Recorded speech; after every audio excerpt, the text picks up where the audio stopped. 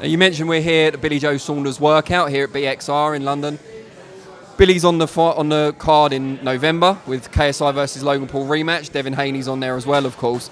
As a boxing man, someone who grew up doing kind of boxing commentaries on tape recorder and, you know, just steeped in the sport, what do you make of it being on the same bill as, or on the undercard even, of KSI versus Logan Paul, two YouTubers? Danny, I knew this was coming. I mean, I think it's all real sort of hardcore fight fans, and we all are. We've worked in the sport a long time. And there's a couple of ways of looking at it. There's a way of looking at it saying, you know, it's ridiculous that you've got Billy Joe and Devin Haney and others sort of almost underneath a couple of YouTubers who are having their first professional fight. I don't think we can look at it like that. You know, this is a business now. Boxing has transformed in the last 6-7 years. You know, we're in BXR, which is a great gym where a lot of fighters are fighting charity events and white collar events, and I've been to loads of those sort of events, and anyone that gets in between the squared circle has got my respect, and that includes YouTubers like KSI and Logan Paul. They want to fight. Yes, they're getting paid a lot of money, but they're getting in and they're putting their lives on the line, and I have huge respect for anyone that does that. I like to see it as, look, this is a different way that the sport is being marketed. It's a YouTube fight. There's millions of people on YouTube that want to see this. My kids are mad on YouTube. My little girl, as you know, has her own channel. My boy, you know, wants to know if KSI is going to beat Logan Paul. Do I care very much about who wins? Probably like you. But I'm very intrigued about how the promotion will go, how the night will go. Billy Joe's even said he's happy to be on their card. I mean, look, hopefully it will bring a new demographic to boxing. If it's a chance for, you know, a new audience to see the skill and quality of the likes of Devin and Billy Joe, great. We might get more fans for that. But it is a business. People want to see it. It is entertainment. So in a way, bring it on. But in a way, I understand the debate, the fierce debate out there about, you know, who goes where on a card. I mean, our old friend Derek Chisora wants to be top of the bill on the 26th of October. In some ways, I believe he's right, because, you know, for the casuals, they want to see the heavyweights, but he shouldn't be giving disrespect to Josh Taylor and Regis Prograis, who are the two best in their division in the world, just because they're not as big as the heavyweights. So who is the top of the bill? Does it really matter? I think what we want is a great night of boxing. You're going to get that November the 9th. You're going to get a great night of boxing, and you're going to get this unbelievable attraction, I guess. That's a good way to put it. You're going to get this entertainment with two YouTubers going at it, probably wanting to knock each other out as much as any fight, but with skills of two novices. And that's what we've got to take into consideration, and we shouldn't be, you know, dealing with it in the same way.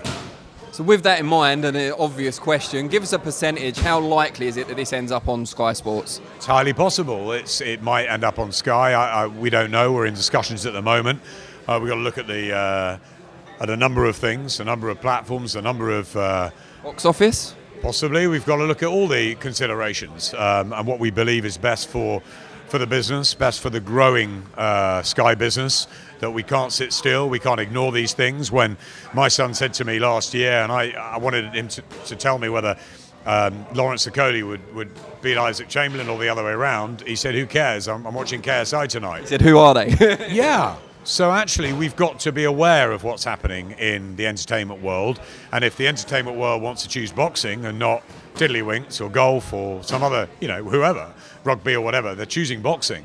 So obviously they're choosing boxing for a reason. It's high profile and it's high money and it's high stakes. Hardcore fans. So I think there is a chance. Yes, of course there's a chance that we'll do it. But we'll announce that in the coming weeks. Hardcore fans will kind of pan it if it ends up on box office. But the flip side of that is, as a business person, it did big money on pay-per-view the first time around, and it's going to be even bigger this time. You'd be crazy not to put it on a pay platform. Well, yeah, and all these things have to be looked at. I mean, we care about our customers. We want to make sure that our customers on Sky Sports and on Sky Sports box office get great value. I think we've got a phenomenal autumn-winter schedule, and this is just a sort of different event, and it might have to be treated like one. It makes me more comfortable actually having Devin Haney and Billy Joe and on the big card in LA. If it was just the YouTubers, it's it can be a sort of bit of a gimmick event rather than a boxing event. This is a boxing night now, and I think people will tune in and will watch it. And if our customers want that, we'll have to look at providing that for them, and if the deal's right, we'll do it. Is it a bit like Hey Bellew then, in that sense that it kind of exists outside of the standard boxing microcosm, if you like? I mean, obviously Hey Bellew are highly skilled, world-class fighters. I'm not comparing it in that way, but it's not a standard run-of-the-mill event. It has to be treated as an individual one-off.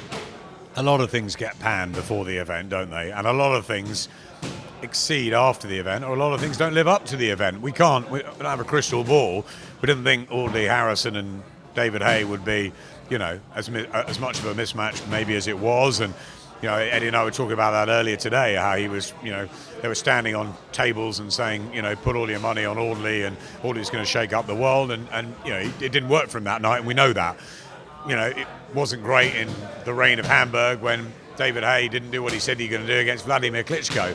Then again, you get AJ and Klitschko, which was a perfect sort of cordial build-up and high respect and almost a passing of the torch, but a thriller on a great night in a great stadium when, all the sort of the sun, the star, the moon's all aligned. And I don't know, look, sometimes it works out great, sometimes it doesn't. Sometimes you've got to take risks. What we have to do is look at the changing way of broadcasting. DAZN have come into the marketplace in the US. We've had to adapt for that. We've tried to do as best we can by bringing a lot of those fights to our Sky customers. We're fighting back on the UK. We've got the likes of Katie Taylor and Joshua Buatsi, prime time, Big Bill in Newcastle, others to announce as well. The UK platform is important for us at 10 o'clock at night. But then sometimes when things like this come about, we have to make business decisions about where we think it fits. And I'm very excited about this bill. And in many ways, I do hope it lands with us, yes. Brilliant. Well, I really appreciate your time, Ed. I know you've got to rush off. Always a pleasure. Cheers, mate.